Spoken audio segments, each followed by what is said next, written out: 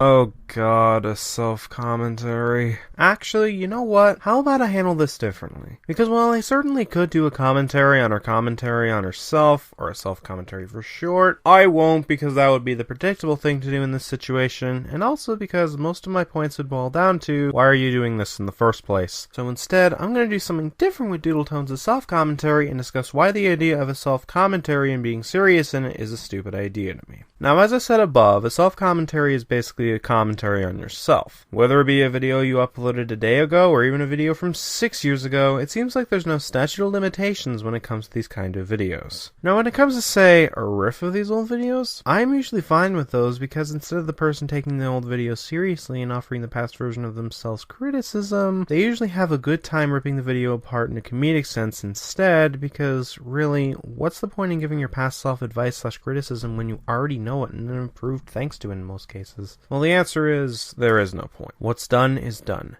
Nothing you do now can change the past. And yeah, I know someone may argue that when it comes to Doodle Tones' video, it was done for the sake of her storyline, but at the end of the day, she was still criticizing past Doodle's points and taking it seriously. Really, what is accomplished by going back to that point in your life and beating yourself up/criticizing yourself over past actions? Nothing. Hell, I beat myself up over my past actions in a previous video, and a certain someone had the balls to call me out on it, because shit like that is not okay, and it should be called out by others. Heck, Meta of all people did a self-commentary back in the day, and people rightfully called him out on it because he took the commentary seriously and gave his past self-advice/criticism that he himself already knows about, making the self-commentary kind of pointless as a result. And that is why I think the idea of self-commentaries and taking it seriously is stupid. So while I wait for the potential comments defending those self-commentaries, I will take my leave. Take care, everyone. It's time for a new response. Originally I wanted to do a commentary on GuriGorloX's Cloppers defense video, but because I have other stuff going on in my life, especially with college coming up, I have other important things to do than just make a commentary, even though I do a bridge style.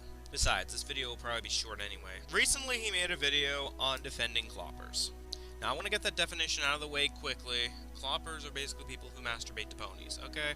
Now, since I'm making a response to this, you can probably tell, yeah, I don't agree with what he said. To make this quick and out of the way, I just want to state that I don't have an issue with people who have fetishes depending on if it's a legal fetish. I do not endorse people who do sexual actions with children. That is child pornography, no matter which way you slice it. If it's over the age of consent, depending on what it is, then I don't care. However, here's another reason why I don't care. If you have a fetish, one of the better options is to keep it to yourself. I'm pretty sure most people don't want to see it online, because there are certain people who either don't have the same fetish as you, or just don't like seeing fetishes altogether. It's a social taboo. And especially with Cloppers, because depending on what it could be, it's child pornography. Yes, people, certain characters are under the age of consent, and clopping, most of the time, is porn. And people flap to it. Okay, this one's going to be a little bit of a tricky one to state, but clopping is also a form of bestiality. You're fapping to a horse. I don't care what it is. Oh, it's a unicorn! It's still a horse. Unicorns are just mythical horses. It's just not right to see. And one of the biggest arguments used to defend the Cloppers, it's a cartoon. Why are you bitching about it? Why are we bitching about it? It's just not right. Some of us don't have the same fetishes as you, or just don't have fetishes altogether. And some of us just don't like seeing it. For example, me going on, I'd say Google Images, despite the fact that Safe Search sucks, looking up a picture of Twilight Sparkle, and I find her screwing with another character, even with Safe Search on. I don't like seeing that. I'm not trying to speak for everybody on this, because that is a harsh generalization, and that is retarded of me. What I'm trying to say is I'm trying to speak as just me. I don't like seeing it because it's just not for me. I like human beings. I don't like fapping to horses. Now some of you may bring up, well, what if they're human? That's not what clopping means. It's not clopping if the ponies are human. And even then, that depends on what it is. I don't support Apple Bloom being human if it's clopping, because in the end, it's still underaged. I'm not trying to speak for everyone like I previously stated, but what I am trying to say is some of us don't like cloppers because of the fact that it's pony porn. You're fapping to a pony. It's just not a good thing. It's a social taboo. Now, some people may say, oh, you're probably just falling for another troll again wave. Nope. I got screen caps from the video and comments to say otherwise. This is true, and if you go to his DeviantArt favorites, he has pony clopping. Jeez, even the Hero of Tomorrow does this. Christ. I'm just gonna let the video end here because I just want to get that out. I just wanted to get that out of the way. Guri, some of us don't like cloppers because either we don't have the same fetishes as that person, B, we don't like seeing pony porn, or C, we just don't like seeing these kind of fetishes. And hell, maybe some of us just don't like seeing people banging horses. It's absolutely unnatural. I'm not going to argue the legality here because, frankly, what's the point in arguing it? But that's just what I wanted to say. See you guys later. So, that Nintendo Direct. Pokemon Gen 1 getting released on the eShop, a shit ton of Amiibo news, and I have to start taking gallons of water after sifting through a salt storm of hype and bashing. So about a month after the Smash Ballot closed, we were hit with the reveal of a new DLC character for Smash Bros. 4. Cloud Strife, the main hero from Final Fantasy VII. Now, I would say it was thanks to the fans, if Reggie, Bill, or the other people in the Direct stated they were revealing the Smash Ballot results in the Direct. They did not. So much like how Ryu was likely included as an advertisement for Street Fighter V, I believe Cloud's inclusion was not thanks to the ballot, but rather as an advertisement for the FF7 remake coming out soon. Now, before I get into this rant, I will say that when I first saw the trailer, my reaction was kinda like this when I saw it with fellow commentator George Raccoon. I fucking say Oh my god! Somebody get me a motherfucking table to flip! And then MD tried shoving her chainsaw down my throat after she nearly got hit by the table. Good times! However, regardless of my opinion and or everyone else's opinion of Cloud Strife as a character, that's not what this rant is about. Rather, it's about the people arguing that he was only included because of the Smash Ballot. And yes, I've actually heard people saying that. And it doesn't make much sense. First off, the Smash Ballot ended a month ago at the time of recording this. Millions, possibly billions, of votes were put in. Is it really possible for them to count that many votes within the span of a month and put together the character as well as a trailer, including composing music for it? Coming from someone who has worked with 3D models in the past and has tried putting together spreadsheets with lots of numbers and data as well as composing music, I can tell you this seems very unlikely that this was done within 1 month. Even a month and a half seems unlikely. The trailer for the FF7 remake came out around June. That would have given Nintendo about 4 to 5 months for the trailer, composing music, etc. This seems more plausible since making 3D models and animation is not easy and takes a lot of time, and so does making music. The second reason I believe this wasn't because of the Smash Ballot was because of 2 factors. One of them being that they never said they were revealing the results in this Nintendo Direct, and the second factor being the announcement at the end stating a special broadcast will be coming in December centered on Smash Brothers. Since that announcement is likely going to contain the results, otherwise why would they even have it there and not in the November Direct? Wouldn't it make more sense that Cloud would be in the December broadcast if he was voted in thanks to the ballot? Just saying. But if it is revealed that he was voted in thanks to the ballot, then fine. You have every right to say that I'm wrong in the comments if that happens. But I do have my doubts that he was voted in because of that Smash Ballot. But whatever the case may be, I think we can all come to some sort of agreement that it was about frickin' time we got a character from Square Enix in one of the Smash Brothers games. Hey, hi, how you doing? This is the GamerTron. Welcome back to the GamerTronShow. We need to have a talk. Oh, that should be fun. So I need to explain in greater detail why Nintendo and Nintendo games were my number one, why I hate Nintendo games but everybody else likes Nintendo. And I think people are taking the word hate a bit too seriously. I dislike, I'm unfavorable, I don't like. I don't hate like, I should burn Nintendo to the ground, we should burn Nintendo to the ground. Not that kind of hate. God, no, I'm not unreasonable. I simply dislike Nintendo even though everybody else likes Nintendo games. Hate. Verb. To feel intense or passionate dislike for someone. If you didn't passionately dislike Nintendo games, then don't title your video Top 10 Games I Hate That Everyone Else Likes. Maybe title it something like Top 10 Games I Don't Care For But Everyone Else Likes. Don't complain that people are taking the word seriously when they actually know what the word means. Allow me to explain in greater detail. First off, everybody in that video, when talking about my number one, everybody jumped on one thing. I gave multiple reasons in that video, but everybody just jumped on one thing, and that was that I said I didn't like that every single Nintendo game is exclusive. I don't like Nintendo's exclusivity. Everybody jumped on that and ignored everything else I had to say. Everything else. Assumptions. I mean, it's not like we got people like Godzilla2915 or Tyler responding to your other points about Nintendo. But I thought you said everyone was harping onto that exclusive point. Also, what a great way to treat your audience. That'll totally convince people to listen to your points. Listen, we can argue exclusivity till the cows come home. There is no right or wrong answer. That's the truth. There is no right or wrong answer. Some people think exclusives are a good idea, some people think they are bad. There is no right or wrong answer. I'm tired of people saying, this is how the world works, there needs to be exclusive. From my perspective, releasing a game on all platforms means more copies are sold and more money is made. So in that case, why did Watch Dogs Wii U do so poorly? Why did the PS3 version of Skyrim do so poorly in sales? Not every game needs to be multi-platform, buddy, otherwise it just creates nothing but problems. You also forget that the company would have to spend a ton of money on research and development for all 3 consoles, and that could cripple the company if it does poorly. Hell, let's look at Watch Dogs again. They had to spend a ton of money to configure the game for the Wii U, tone down the graphics because it's inferior to the PS4 and Xbox One, hire playtesters, etc. And how did the game do in sales? Pretty bad.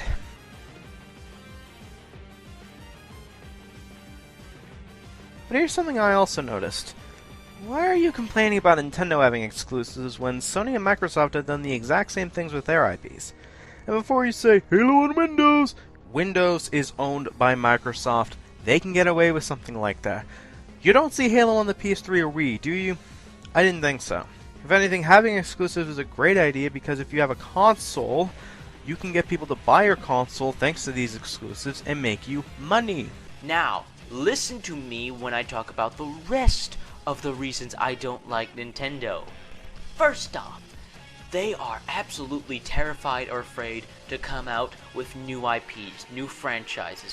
What has Nintendo been doing for the past 20 years? They've been making sequels to the same franchises, to the same games, over and over and over again. It's been nothing but Mario games, and Zelda games, and Kirby games, and more Mario games, and some Donkey Kong here and there. It's been the same franchises, the same games, over and over and over again. You're right. They've done nothing but make sequels to Mario, Zelda, and Kirby in the last 20 years. So, tell me, sir, what do you call Pikmin, Nintendogs, Chibi Robo, Fire Emblem, Kid Icarus, F-Zero, Starfy, Metroid, Mother, Pilotwing, Xenoblade Chronicles, and Splatoon? They're new IPs to Nintendo, and they were made in the last 20 years, so why don't you bring those up? Oh yeah, that's right. It would break your argument. As for why they make sequels, well, simple. A lot of people like the original game, and Nintendo knows that those fans will pick up the next one. This is also a practice done by every big gaming company, and it works out for them most of the time, so I don't see why this is a bad thing. Now, I know everybody's immediately going to jump on me and say, they're making Splatoon! Splatoon is coming out, that's a new Nintendo IP. It's a third-person shooter paintball game. Third-person shooter paintball. That's cartoony. I've seen so much more creativity and originality from Nintendo, and that's their new IP. That's their new IP. Cartoony paintball. Yeah. Regardless of what genre the game is, it's still a new IP, and it looks a lot more different than its competitors based on trailer footage. You can't completely shrug it off because it's a third-person paintball game. It's still a new Nintendo IP, and it still renders your point about them not making any new IPs and focusing on sequels invalid. I'm going to talk about the most important reason. Nintendo does not care about its customers. Oh, the horror! The shocking horror! That can't be true! I'm sorry, it is. Nintendo is both a developer and a publisher, and I have never, ever, ever seen them give a damn about their customers. They are solely based on their nostalgia alone. Nostalgic gamers who played Nintendo games as a kid and still play their Nintendo games because, well, they're obsessed with Nintendo. Never giving a damn, huh? What about the time where they replaced the weak straps on the Wiimote because a lot of people kept chucking them through the TVs because of how weak they were? What about them reviving old IPs like Kid Icarus and Star Fox for a new audience? What about Nintendo changing its mind on Content ID and introducing a partnership program to at least give them a cut to try and make it up to the Let's Players? You say that they don't care about their customers, and yet I showed 3 examples proving that's false. When if they ever did something specific, something specifically nice for their customers? When have they ever, like BioWare? Look at BioWare. When people simply demanded and rallied together to ask that BioWare change their ending because it was unsatisfying and in many people's opinion bad, BioWare said, you know what, we're going to do it for you guys. You guys bought our game, you guys are loyal fans, you're big fans, you care about this series, Mass Effect series so much, we're going to give this to the fans. We're going to change our ending, we're going to add more to our ending. When the hell has BioWare ever done that? Okay, first off, no they didn't. The original ending, still there. They stated in the article that it'll be the same ending. All they did was expand the ending, not replace it. Second of all, and this was an issue I noticed with your original list, you didn't script this, did you? Because I just heard you say, when has BioWare done something like that? I'll explain in a bit why it's probably best to use a script for videos like this, but for now, what the hell? As a matter of fact, they did the exact opposite. When Tomodachi Life, I'm sure you guys all heard about this, it was in the news for quite a while, when Tomodachi Life had a glitch in it that allowed there to be same-sex marriages, same-sex couples, it was a glitch, and glitches need to be fixed, but even after they fixed the glitch, they didn't even add the option or somehow improve upon the glitch to make it part of the game for same-sex relationships and marriages. And what was their response? We didn't want to send any message. We didn't mean to offend anybody. We care about our customers and sexual orientation. Granted, I'm paraphrasing here. That's not exactly what they said, but it was silly. They shouldn't have released a statement. All they needed to say was, this is a glitch. We need to fix this. Gaijin Goomba did a video on this issue, which I'll leave in the description, but the main reason they took it out is because Japan is still against homosexuality, and since the game was originally made in Japan over a year ago, they couldn't take it out when the game was localized. It was too late. But you're also ignoring something about that statement. Nintendo of America apologized for taking it out, and they did state that if the game got a sequel, they would try and add the option of same-sex marriages in. See, this is why you should use the script for videos like this. It helps prevent you from sounding like an idiot. This video... it's so bad, I don't even know if I should make a one-shot on it, a response to it, or even a rant on the damn topic. What the hell should I do? I got it. How about instead of just making 3 separate series on this channel, why don't I just make one that deals with rants, responses, and one-shots? Yeah, makes it a lot easier, too. Alright, roll the intro.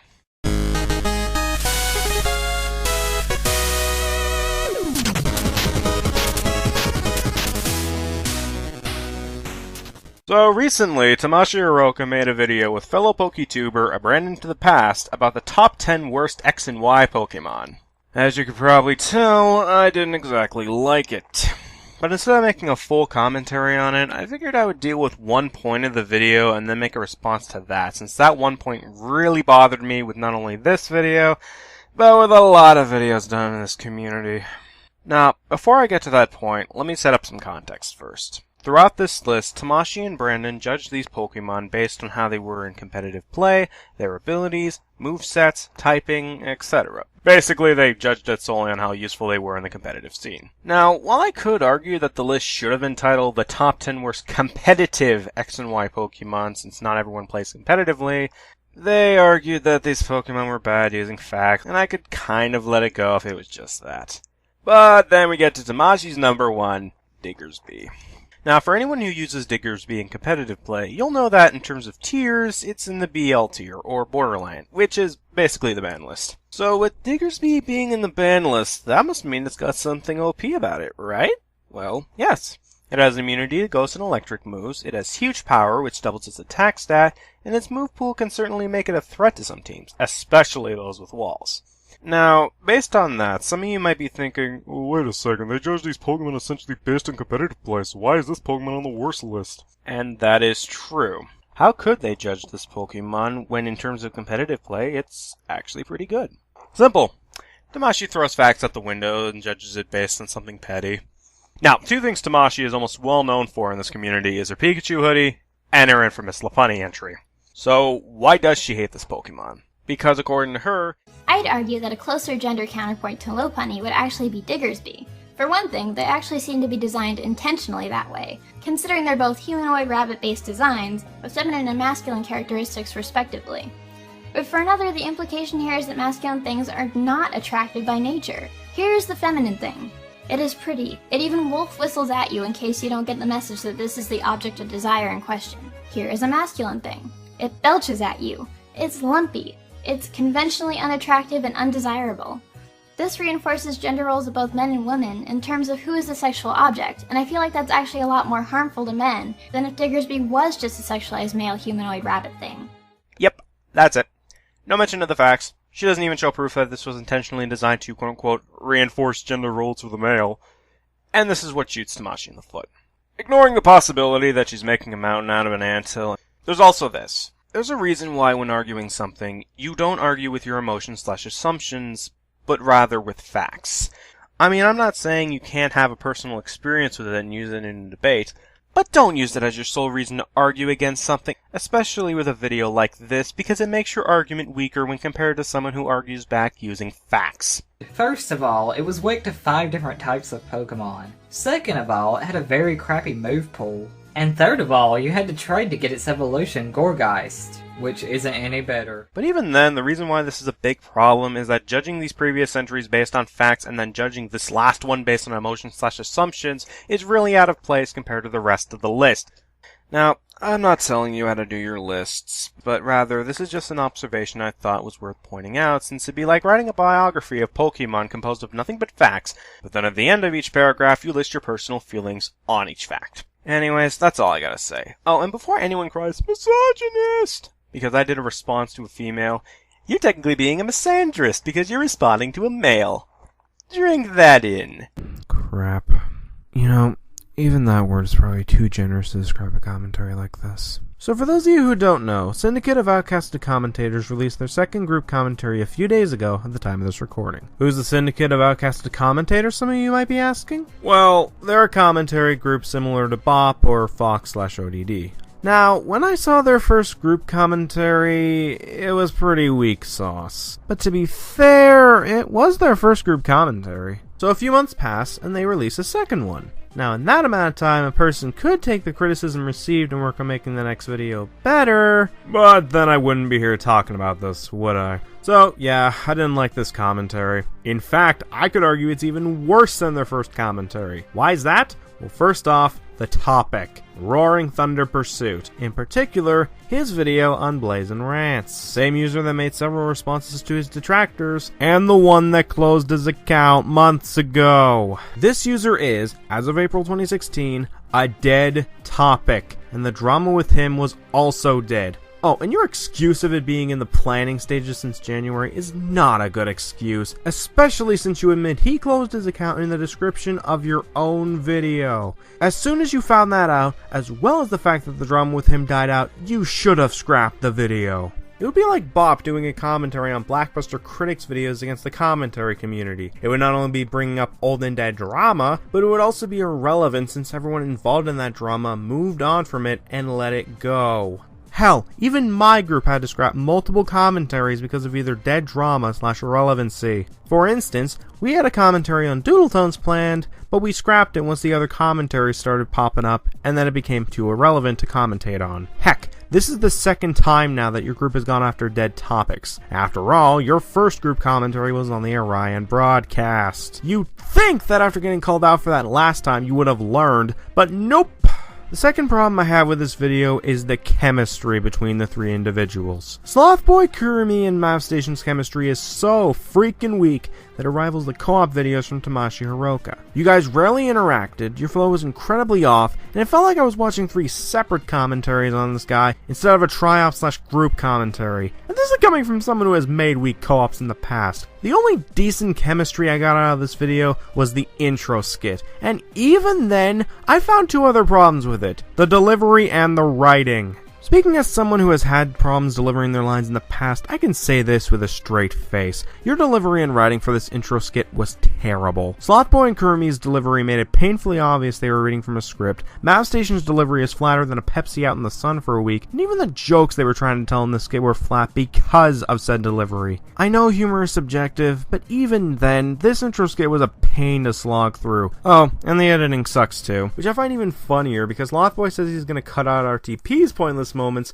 yet he still lets this defeats the purpose of an anonymity. And this, but do you even know what a bully is? Through. Also, there was a moment in this video that could have been easily cut out, and it's after one of Slothboy's interjections. Slothboy argued that RTP should title his videos what they are, not what RTP wants them to be, and then seconds later, Kurumi goes, "Oh, and speaking of titles, yeah, the better option is to label your videos in a way so that people know exactly what it is and what it's about, rather than the trash that you put as the titles." I could go on debunking every little thing wrong with this video, but I am not qualified to do that, and I don't feel like going through this video a third time. Besides, $5 says someone's already working on a full-length commentary on this shit. We'll see if I'm correct or not in the coming days/weeks, but until then, I want to make one final point, and this involves Slothboy. So before I continue, I want to say this to Kurumi and Mavstation. Work on your delivery/writing, and I can see potential in you two becoming good commentators. Maybe not great commentators, but at the very least, you can be good/decent. Now on to Slothboy. When I first saw this group commentary, I had a neutral opinion of you. Yes, you did stupid shit, and I called you out on it on certain occasions, but I didn't hate you. Then I took a look at your responses in the comments section as well as your ask, and my opinion of you quickly soured. I hate death threats. You are supposed to be in your 20s, supposedly. And yet here you are giving death threats to people older/possibly younger than you. And telling people like DanMed to, quote, go overdose on Ritalin, unquote, only serves to make you worse than the people you hate. 'Cause at least they don't make death threats on a constant basis. Oh, and also, gotta love how you accuse people of harassing you, yet you don't show proof of this. Before you accuse me of being a blind hater, Slothboy, I'm not. Like I said, before going into the second group commentary and seeing your actions in the comments/AskAFem posts, I had a neutral opinion. You soured at Slothboy. And this is coming from the guy who at one point called A363MTR and Askets for Ryan, started a feud with Pikmintrick and Evan, fought with ODD members, and righteously got punished for it. So much like how I screwed myself over with those actions, you screwed yourself over, Slothboy, based on your actions. So congrats, Slothboy. I thought meta was bad, but you just took the cake. And before the comments come rolling in, because I brought up old shit, I will take my leave. Before I begin, I want to clarify that Kayden didn't ask me to defend him in this. The dude's older than me, he can take care of himself with a situation like this. Okay, let's go. However, though I've already refuted Michael's points, there was one point that interested me. Michael complains about my video quality, and I refuted him by stating that my PC got fried and that my iPad apps don't work. One of my friends had asked me that why don't I just buy a new PC, and I simply replied that I can't afford one at the moment. This excuse. Yeah, my video looks like shit, but it was because insert reason here. Here's the problem with that argument. Unless you have a contract stating you have to upload videos within a certain time or else your channel gets shit canned, you are not contractually obligated to upload videos to the internet if you are having issues. If you have problems with your PC, you can easily wait until those problems are resolved. Because by uploading videos with terrible quality like the one Shomer commentated on, you're effectively telling your audience that you don't care about the quality of your content, since if you did, you would have used better quality audio, and by that I mean not using a goddamn camera, or waited until your shit was fixed.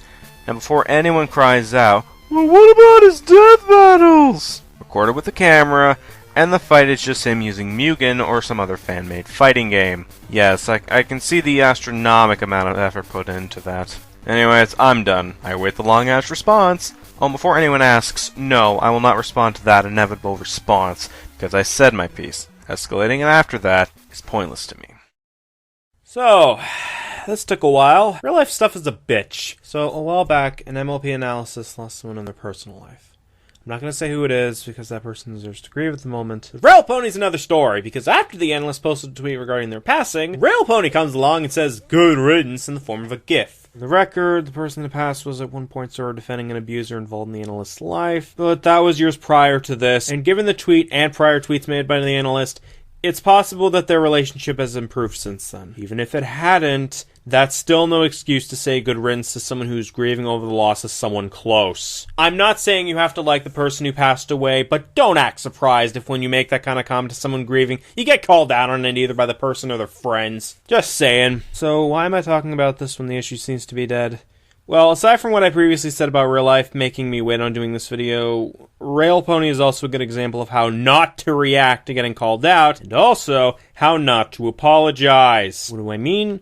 Well, Rail Pony put out a video that has since been deleted, then re-uploaded to VidMe, unaltered, then deleted again, where he attempts to apologize for what he did, and it's fake as hell. Shall I list the ways? Well, how about the fact that the volume is lower than his compassion/human decency? Yeah, I can definitely tell that you're sorry about what you did when you can't even put in the effort to speak up or raise your volume. Oh, well, does it really matter? Yes! Because this is supposed to be him apologizing. He wants us to take this seriously, yet based on this, it sounds like he didn't even care. But wait, there's more. How about minor stuff, such as that he keeps looking away from the screen instead of facing directly? Yeah, cause that screams confidence in what you're saying. And also the fact that you're totally not reading off a script. Oh, and the fact that it looks like he's grinning/smiling during all this. Yeah, you're totes sorry. Also, he doesn't seem to understand why the person has a heart for the individual who passed. And though, as I explained earlier, this person was still close with the individual who passed, so it makes sense that they would be grieving after the person has passed on. Even if they did bad stuff in the past, the person who is grieving still has the right to grieve because of how much that person who passed meant to them. It's also possible that since that point, the two could have tried to repair the relationship they had and got on better terms. I mean, it had been a couple of years since the grieving person was in that bad situation after all. It's very much possible. But you know what's the icing on the cake? The reason he made his video and or how he realized he messed up. It wasn't because of the people calling him out. It wasn't the act of disrespecting the person who died in front of the person grieving. No. He realized he messed up when his friend ditched his ass after a heated argument. It was that moment that made me realize.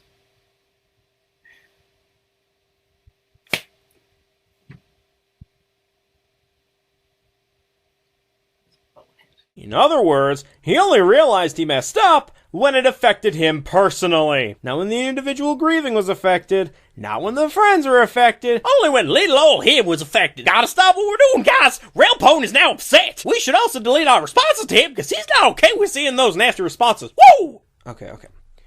In all seriousness, there is one other thing I want to address. In the apology video, he says he's surprised he hasn't decided to end his life. Let me just say this. Let's put away the bravado and jokes for a minute, and let me say this. Suicide isn't a laughing matter, and I really hope this wasn't a plea for attention, Rail Pony. If you are feeling this way, please get some help. And the same applies to his friends watching this video. Please try and get this guy to seek some help, because suicide is never the answer. Things do get better. Yeah, you messed up, but you have a chance to make things right. Don't waste it. Get some help. There's helplines. There's therapists and doctors that can help you. There's always a way out of that depression that doesn't involve taking your own life. Because once you're gone, that's it. No chance to fix things. No chance to live a better life. Nothing.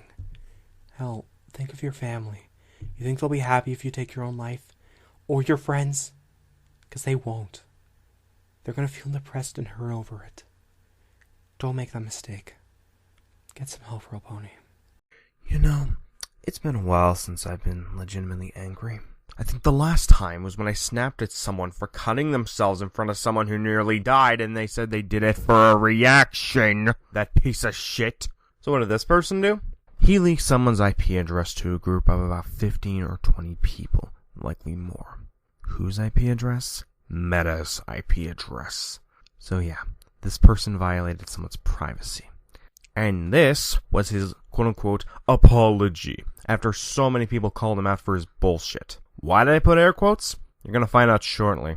I'm skipping his stupid-ass skit so that we can move on to the main part of the video. Hey everyone, it's the final paradox here with an apology video. Oh yeah, you can totally tell how sorry I feel based on the tone of my voice.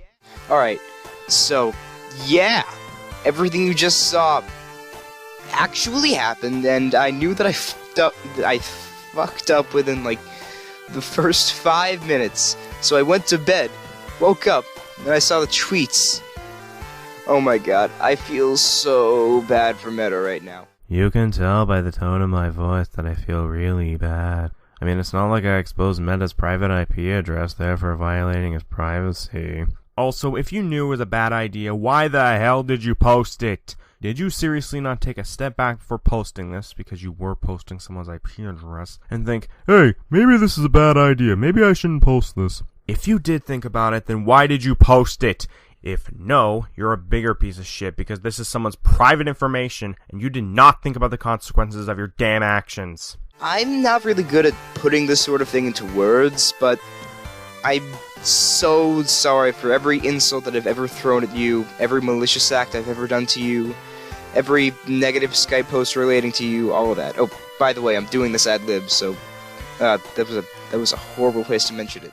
Further proof that you totally feel sorry about what you did. And yes, I'm harping on this point because this is a goddamn apology. You're leaving in your stutters and stammers, you're not writing a script and doing this unscripted, and again, and yes, this really freaking bugs me, your tone in this video doesn't tell us that you're really sorry about what you freaking did. It sounds like you're doing this to mitigate the damage instead of legitimately apologizing. Anyways, I'm an immature waste who should probably kill himself, and Meta, you're very strong-willed for taking all this abuse. It's probably for the better if I just don't talk to you for a few solid years, because I know you don't want me around. I beg for forgiveness at this point, but this is really unforgivable. As for the fans, well, I would definitely prefer that you stay with me. I'm completely fine with you disliking, unsubbing, leaving a hate comment. Perfectly justified. Sorry, I can't speak English today. Perfectly justified actions right there. While my actions I justified with getting a reaction, which is basically Sam Pepper levels of douchebaggery. How do I enunciate that? Whatever. You piece of shit. So you originally did that to get a reaction? You violated someone's privacy. You exposed it to numerous people in a Skype chat, all for a reaction? I don't care how old you are. That is a scummy thing for you to do, and to justify it originally with, I'm just taking the piss, is sickening. And sure, you feel bad about it now, but look at what you did. Meta's info is now out there. Even if you removed it, 20 plus people still saw it.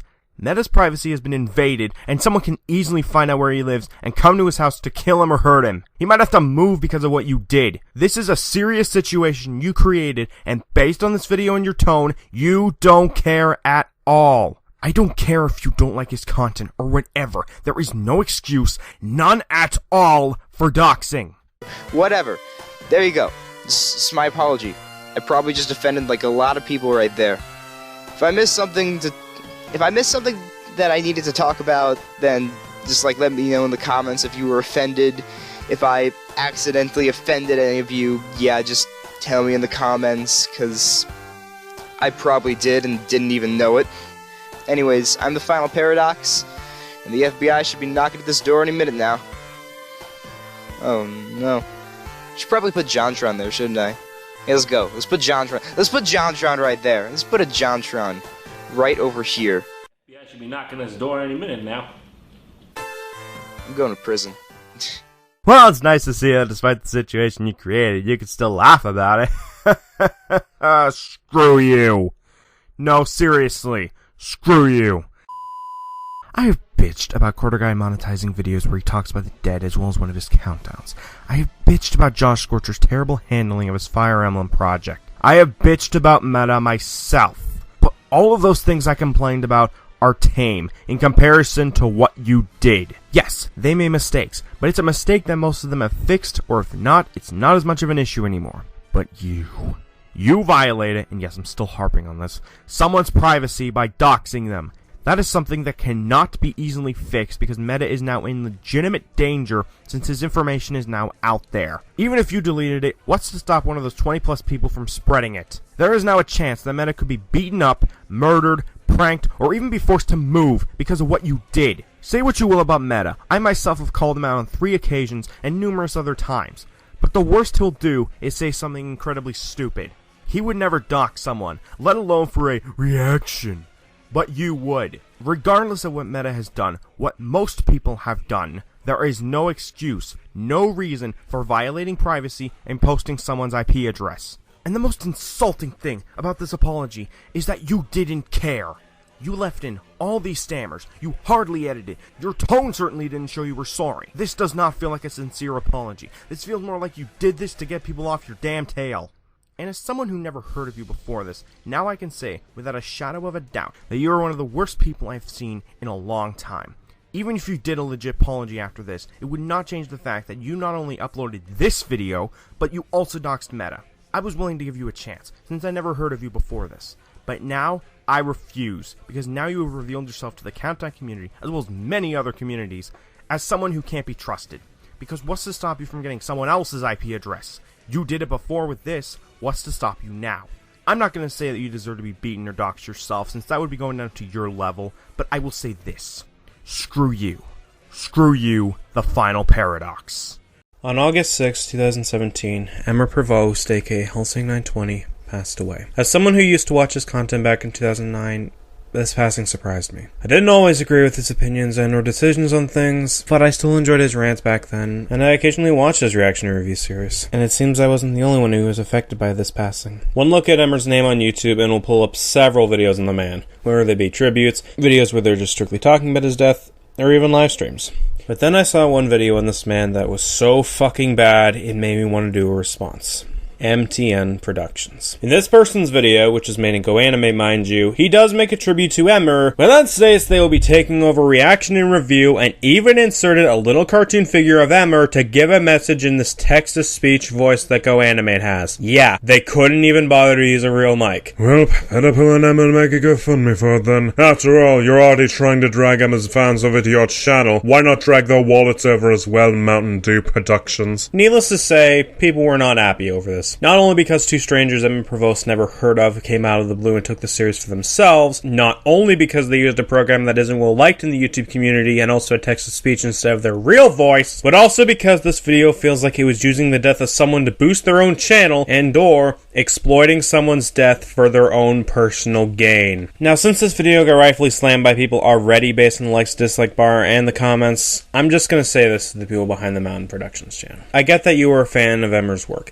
I get that you liked his reaction and review series, but this video was poorly timed and poorly executed. And the fact that you tried to use his death as a way to try and boost your own channel doesn't help you or your channel in the slightest. You may get attention out of this, but it's not the good kind of attention. That said, to anyone watching this video, please do not go and harass this individual. I know most of you guys watching my content are better than that. This man did a scummy thing, but they're already getting their punishment in the comments section. So yeah. This, my friends, is yet another example of what happens when you try to use someone's passing for your own personal gain on the internet. You know, I thought I was done with this. I thought I was done with being reminded of that retarded shitstorm that was part 1 of the John Foxcom's comment section. I thought I was done with the idiots who dislike Spam Brooks' video on me. I thought that after Damon's follow-up we would be past this. But no! Mr. Paradox here shows up and decides, let's do one shot where I say that Brooke was nitpicking or whatever, while also not providing examples and calling it a day. Look, I get that much like my John Foxcom, Brooks' video had some problems, how one of them I brought up in my follow-up to that whole thing. But by just stating that she nitpicked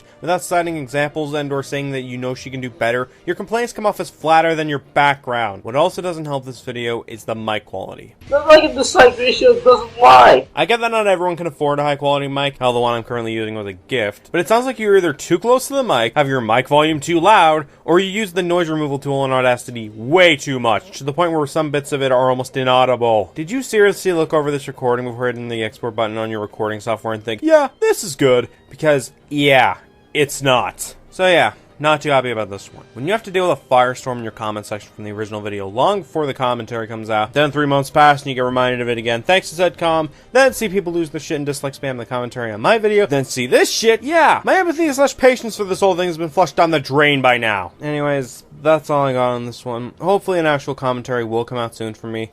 We'll see what happens. So, Hero, we're back here again. Huh?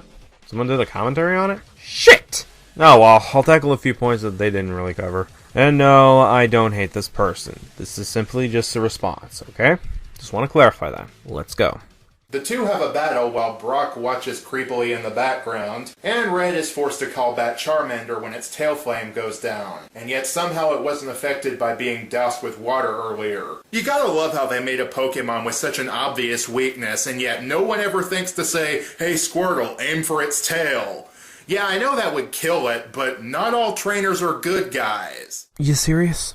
You're going to bring up that Charmander could die when the tail goes out, something from the Pokedex, yet you don't get why the tail flame didn't go down when he was hit by water? If you're going to use the Pokedex for this argument, aka something that has more contradictions in it than a damn religious book, then you might want to make sure that it can't be used against you. Oh look, it's going to be used against you. Pokemon Red. When it rains, steam is said to sprout from the tip of its tail, which basically implies that the heat is hot enough to make the water boil to the point of creating said steam. So if anything, steam would be created from it instead of the flame getting smaller. But to back up my claim even further on this, Pokemon Crystal. If it's healthy, the flame on the tip of its tail will burn vigorously, even if it gets a bit wet. And Pokemon Ruby. The flame that burns at the tip of its tail is an indication of its emotion. In other words, even if trainers hit the tail, it wouldn't do much to Charmander unless the rest of its body was getting hit. And before anyone brings up the anime episode where Charmander was in the rain, I'd like to point out that the person lied to the Charmander by not going back for it. Therefore, following the Pokedex entry for Ruby, it would be sad and weakened by this lie, hence the weak tail fire. This is also putting aside the possible abuse the trainer put onto the Charmander, which could also play a part in the weak tail fire as shown in that episode. Just saying, if you're going to use the Pokedex in this case, you might want to be careful what you use, since as shown here, it can be used to counter your argument rather easily.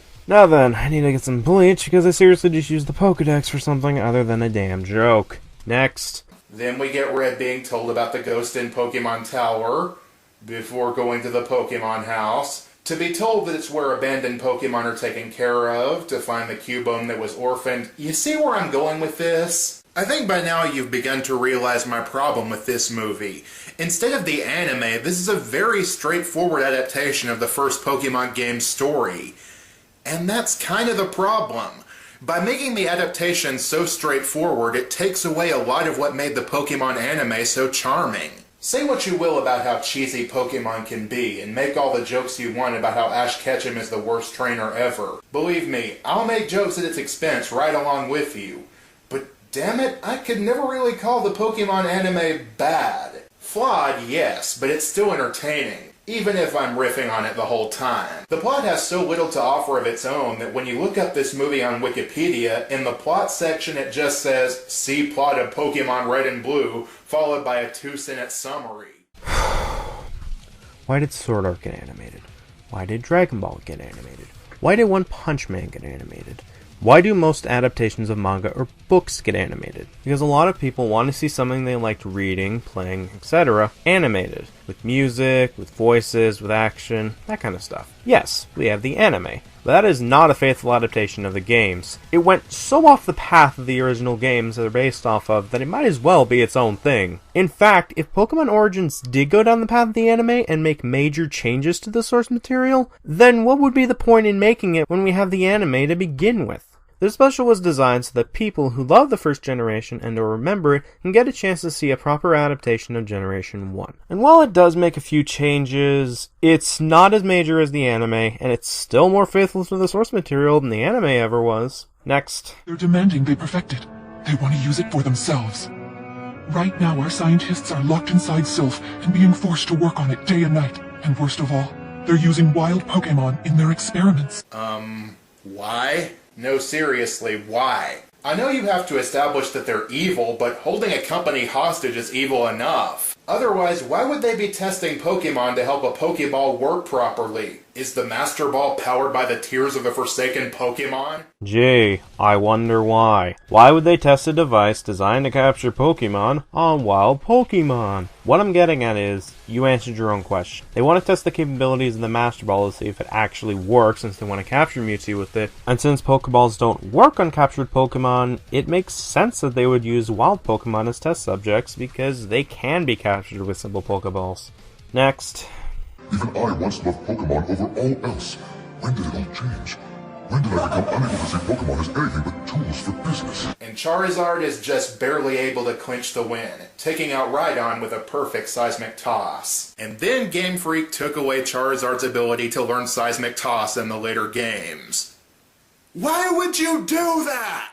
Probably because Seismic Toss isn't exactly a good move for Charizard to use. Looking at its stats, Charizard is more designed for special attacks rather than physical attacks. And sure, Mega Charizard X fixes that issue by having both special and physical attack stats have the same number, but Seismic Toss was removed long before Mega Evolutions were even a thing. Sure, Seismic Toss's damage is determined by the level of your Pokemon and not the stats of a Pokemon, but depending on the level, it could either be a really good move if it's a high enough level, or a really worthless move, especially in comparisons to moves that Charizard can learn, like Focus Blast, or if you want a physical move, Brick Break, both of which are also fighting type attacks. Even then, you can still get a Charizard with Seismic Toss. All you'd have to do is go back to Gen 3, get a Charizard, teach it Seismic Toss, and then transfer to Gen 4, 5, then Pokebank it. Is it a long process? Yes, but there is a way to get it. I give a lot of credit to the voice acting and animation, as both are great. Better than the Pokemon anime ever offered, to be honest. But in making everything sleeker and more streamlined, the creators took with them a lot of the charm that, while it made the Pokemon anime rough around the edges, it also made it more fun to watch. Otherwise, they're just retelling the story of the game, and if you wanted that, you could honestly just play Pokemon Fire Red or Leaf Green. Or the original games on eShop, but honestly, why would you want to? First off, like I said earlier, these kind of adaptations where they try to stick to the source material are made because a lot of people want to see the original source material animated with music, voices, etc. This also ties into another point. Another reason this could have been made was so that newer fans of Pokemon could go back and see where it all began without playing the first generation. Because not only is it dated in comparison to the changes in Gens 2 through 6, but the games are a lot longer to complete than simply watching this OVA. As for your Fire Red / 3DS eShop argument, 1. The Fire Red Leaf Green games are much longer to complete than the original Gen 1 games, and if someone wants to see where it all began but doesn't have the time or money, then Origins is a good substitute for that, since the Kanto games are a little lengthy. And 2. Why would you want to play the Gen 1 games on the eShop? Probably so that either newer fans can get into the franchise by starting from the beginning, or so that older fans can play the older games without worrying about the battery in the cartridge dying on them, because yeah, that was a problem back then. This is also ignoring that these eShop games will soon give you the option to transfer these Pokemon into Pokemon Sun and Moon, hence giving them another reason to exist. And that's just a few of the problems I have with this review. I could have also brought up the numerous inaccuracies in your intro statement, but I already left a comment on that, as well as other problems, but other people have already done that, and I don't feel like copying today. I know you wanted to get this review out there to finish the month of Pokemon Hero, but that's still no excuse for this review feeling like a rush job. Come on, kick his ass! This is the end! Yeah! Red Hawk.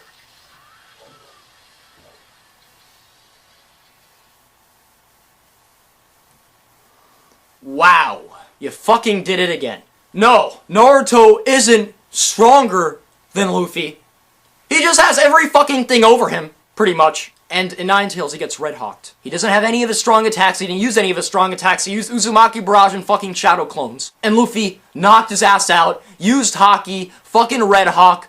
Like, this is some bullshit again. I feel like Screw Attack just hates Double for Anime. He hates us DBZ Naruto fans, and every fucking chance they get, they're just attacking us with his bullshit.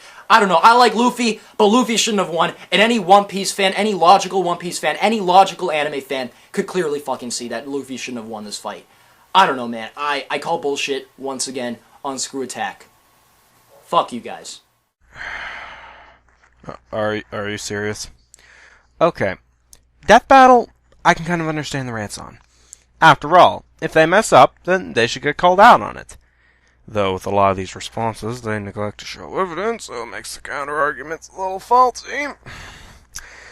But 1 minute melee? Seriously? Hell, I find it kind of funny that with some of these responses, they try to argue with research, when one of the key rules set by the 1 minute melee fights is no research. OMM exists for those kind of people who just want to see people beat the shit out of each other. Sure, you could argue that Naruto didn't use a lot of his other moves like the Rasen Shuriken, but would it really change up the battle that much? Especially considering how Luffy's fast enough to dodge blasts basically as fast as lightning. Yeah. So, Blaze, we're back here again. Second time I'm commentating on you. However, unlike Meta, I don't dislike you as a person, and I will admit that you have improved your audio quality when compared to the audio quality of the last video that I commentated on. So kudos. But I feel you still made a screw up, and that's why I'm doing this commentary on you. Now that we got that out of the way, let's begin. By skipping the first 30 seconds of your video. Pokemon Sun all the way, bitches! With that being said, that also means that the Pokemon anime is close to the end of the 6th generation as well. Now, Serena wasn't a very interesting character when she was first introduced. She was a dull cunt that had no redeemable qualities. Her only purpose in the Pokemon anime was to be sexually attracted to Ace, and that's about it. There wasn't much else to her character. Now that we are close to the end of the 6th generation of the Pokemon anime, nothing has changed. She is still a dull cunt with nothing interesting to her. You know, I could easily harp on you for using that word, but that would be nitpicking. Instead, let's tackle your argument about how she isn't interesting and has no redeemable qualities. Let's run down the list of good qualities / good things about her character, shall we? She's nice, she's determined, she's brave, as shown when she went to rescue Ash from Team Rocket. She gets development, and I'm not just talking physically like with the hair. I mean going from someone who wanted to go on a journey to find Ash and return the handkerchief, to becoming a Pokemon performer while also developing bonds with her Pancham, Braixen, and now Sylveon. Plus, although she likes Ash, she also uses that crush to motivate her to do better with that never give up mentality. So it's not like she's that obsessive / crazy kind of girl. What I'm getting at is that she does have likable traits to her, and she does get some development throughout the show. It may not be a lot in some people's eyes, but it is something. Also, sexually attracted to Ash? Okay, this is one of my problems with shipping these characters. They're 10. Why the hell would the people behind Pokemon write a character who is sexually attracted to Ash? It's a simple crush, and that's it. Anyway, back to the main subject of this video. You know, I could forgive the fact that she's just a dull cunt if her starter would have evolved into a Delphox by now. But no, we are near the end, and her starter hasn't evolved into a Delphox yet. Couldn't you argue the same thing with Clemont's Chespin, May's Wartortle, and a lot of Ash's starter Pokemon from the regions? Besides, what's to say that it won't evolve? We still have a lot of time left before Sun / Moon come out, so who's to say that it won't evolve in the future? Hell, you even admit that it's possible. Now there is a possibility that maybe near the end of the 6th generation of the Pokemon anime, her starter will be fully evolved. But if it's near the very end, that's far too fucking late. I'm sorry. Also, far too late? So, she evolved her Braixen into a Delphox, which is what you wanted to see her do. Who cares if it happens near the end? But back on topic, why should it evolve? You don't explain why in either this clip or the rest of the video aside from saying it's awesome and one of your favorite starters. Would it help her in the performances if it was a Delphox? How would it be better as a Delphox than if they kept it as Braixen when it comes to set performances? Just saying, why? God, I need something to lighten the mood after that rant. Is there anything else in the video I can use? But overall, yeah, Serena isn't very interesting in the slightest. So overall, yeah. Good enough.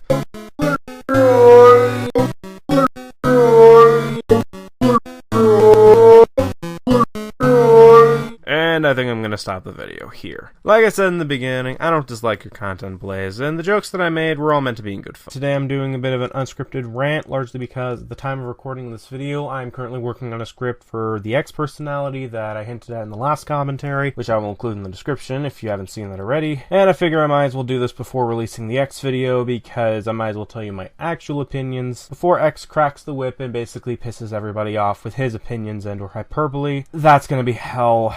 Possibly, we'll find out. Until then, here are my actual thoughts on the Death Battle X hate as of recently. Or DBX if you want to go by that. Might as well get this out of the way first, for those who don't know what it is. DBX is basically 1 minute melee, but it now has the death battle title. For anyone wondering what happened to 1 minute melee, which is basically DBX, what essentially happened is that the people behind 1 minute melee broke off with Screw Attack and joined up with another studio. And that's why if you search up 1 minute melee in the search box on YouTube, you'll see new episodes on another account. That's basically what happened. So DBX is basically its replacement, and with the exception of the 1 minute timer being removed, it's effectively the same thing. It's two people beating the little shit out of each other. No research, no rules, just two people killing each other.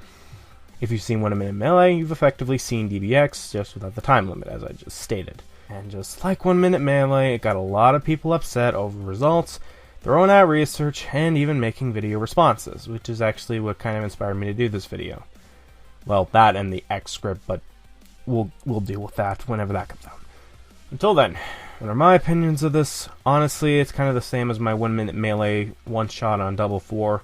Simply put, why is there outrage over this? I really don't understand it. There are people who are trying to throw out all this research saying, oh, this person could be this character for this and this reason, and I'm thinking, guys, did you even watch the video? It states right there, no research. And yeah, I know 1 minute melee had no rules originally, and then they kind of dropped that long story there.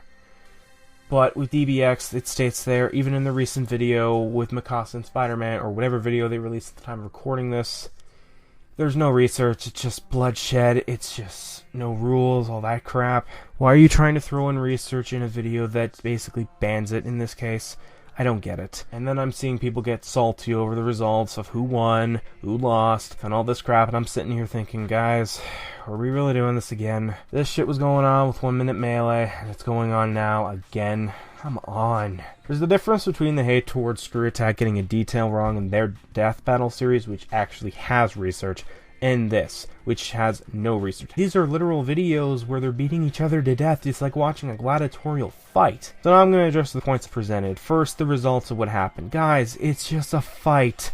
Who gives a shit if a character wins or loses? You came here to watch them fight. It doesn't really matter if they win or lose. They don't win anything. They don't lose anything. It's just for fun. Stop taking it so seriously. And I'm sure someone's going to throw out this defense that, oh, you're taking this hatred too seriously. And yeah, I am, because this is dumb. This really is dumb. I'm sorry, it is. When I click on a DBX video, I'm not sitting here thinking, oh man, I think this person's going to win for this and this reason. No, I'm sitting here thinking, oh sweet, these two are going to fight? Okay, let's watch it. And then I'll usually be entertained by it. And even in the cases where I'm not entertained, I'm like, okay, fine, whatever, I'll just move on to something else. There wasn't really much time killed here.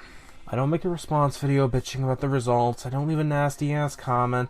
I don't leave a gajillion dislikes on the video because a certain thing didn't go my way, which is something I saw a lot with the Mikasa and Spider-Man video. I just move on with my day.